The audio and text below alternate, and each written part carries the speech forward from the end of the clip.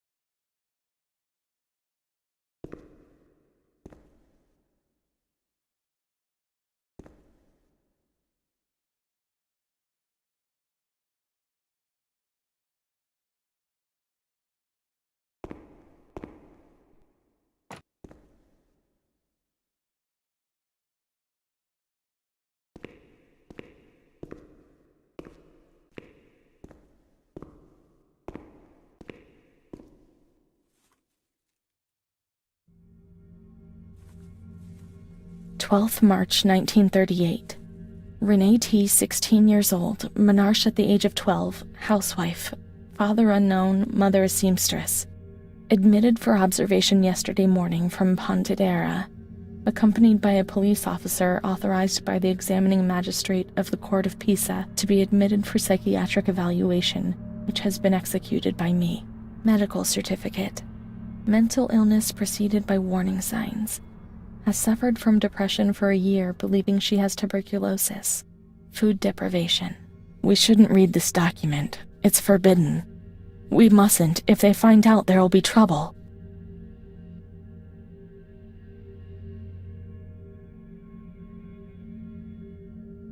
Have you ever wondered who you are?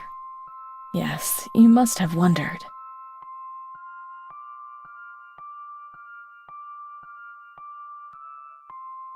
I never had children, I think.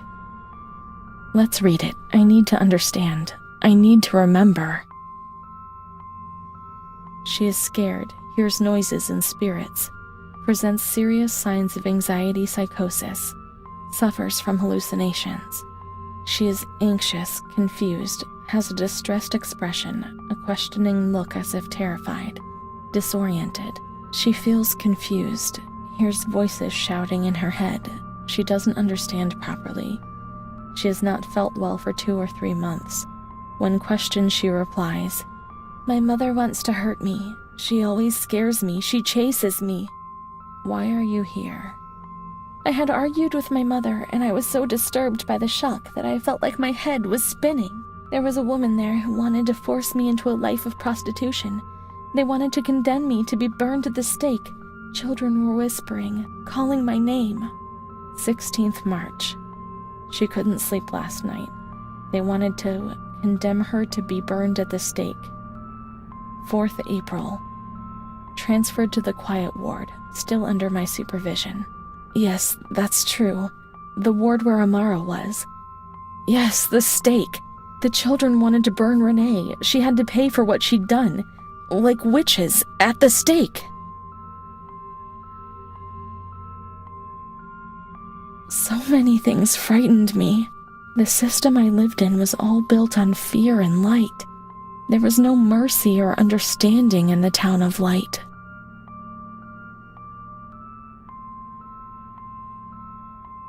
"21st April. She is more awake this morning and responds to questions. She complains of headaches.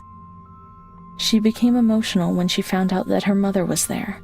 She says that one day, years earlier, when she was with a friend of hers, she met a guy who made her get into a car and took her for a ride. There, she was made to smoke cigarettes and drink spirits, and that guy showed her certain things.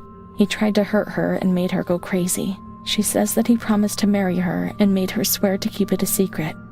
These details were roughly confirmed by her mother. After that, she became domineering, impatient, and hostile to her family, especially her mother. She started taking off her clothes in public, going from laughter to tears without warning.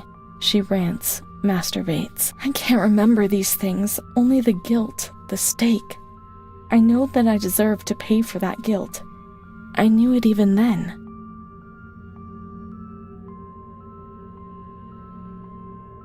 She was uncooperative during the examination. She didn't want to be stripped. She remained rigid. Voluntary attention almost absent. Probable hallucinations. 25th April. Confused ideas, unable to maintain a spontaneous conversation. Reflexes all normal. Reactive pupils. Let's find Amara and we'll find the full medical record.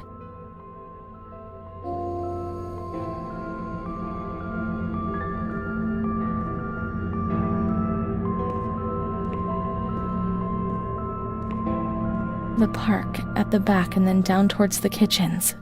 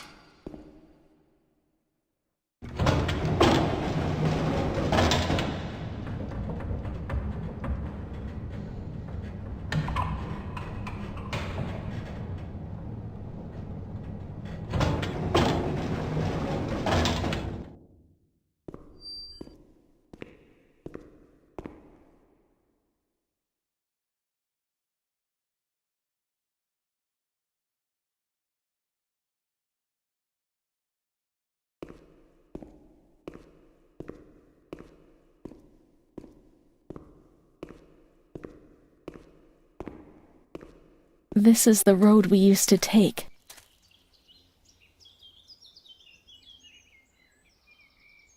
If she hadn't been there, in the park on that bench in spring for all those days, it was like escaping nature. She talked and smiled. And then there were the kitchens. Sometimes we stole something to eat and went straight back to the bench to eat it in secret, and we laughed.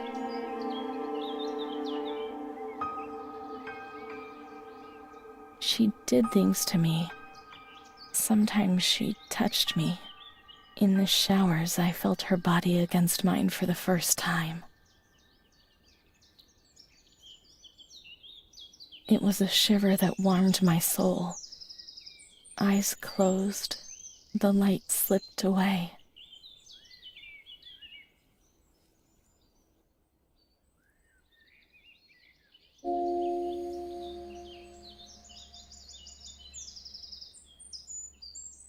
She wasn't in the system.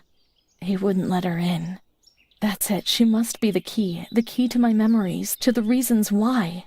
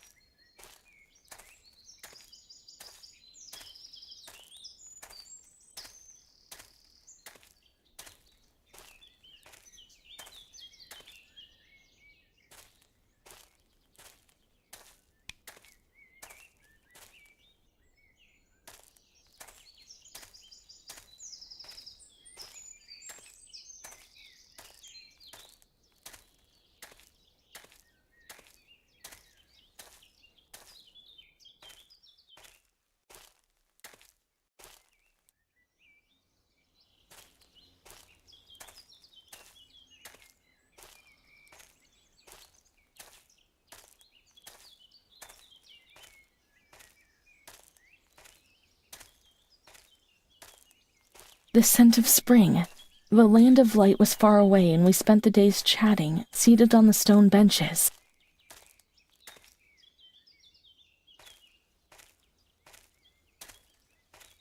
This was our bench. Into the kitchens, we often went there. She sometimes went on her own when things were going well.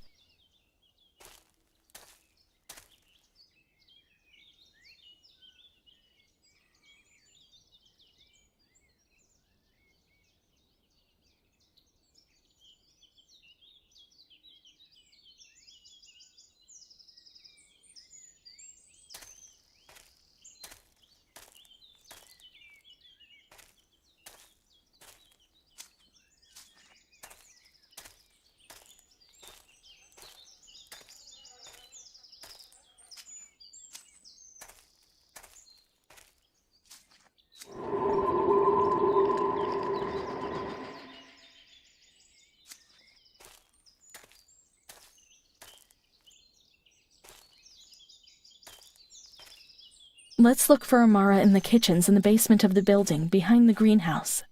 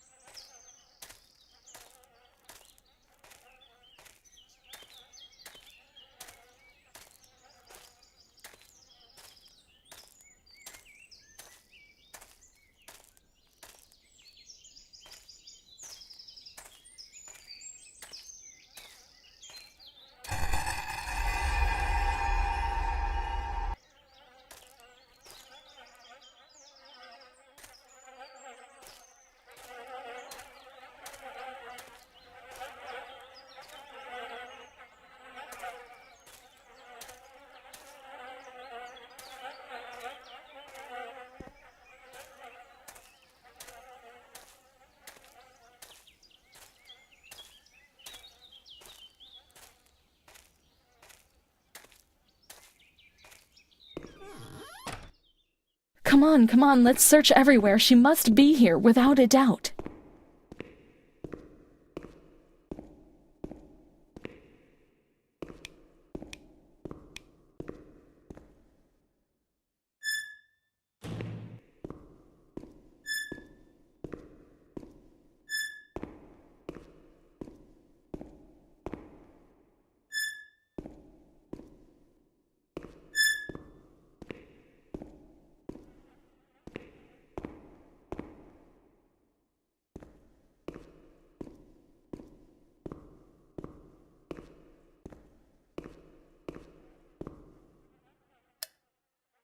Keep looking. We mustn't give up.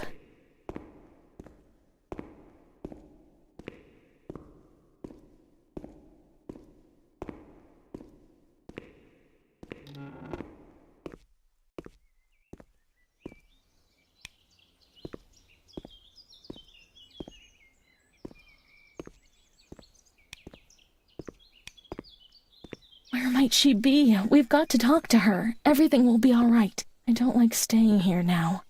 Let's look for her. Come on, quickly.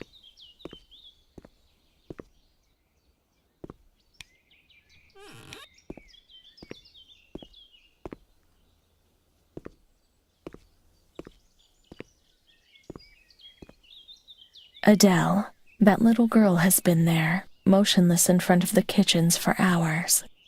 Poor thing. I gave her a sweet. She ate it without saying a word and remained there still. I don't think she's well. We used to see her now and again. Now she's always there.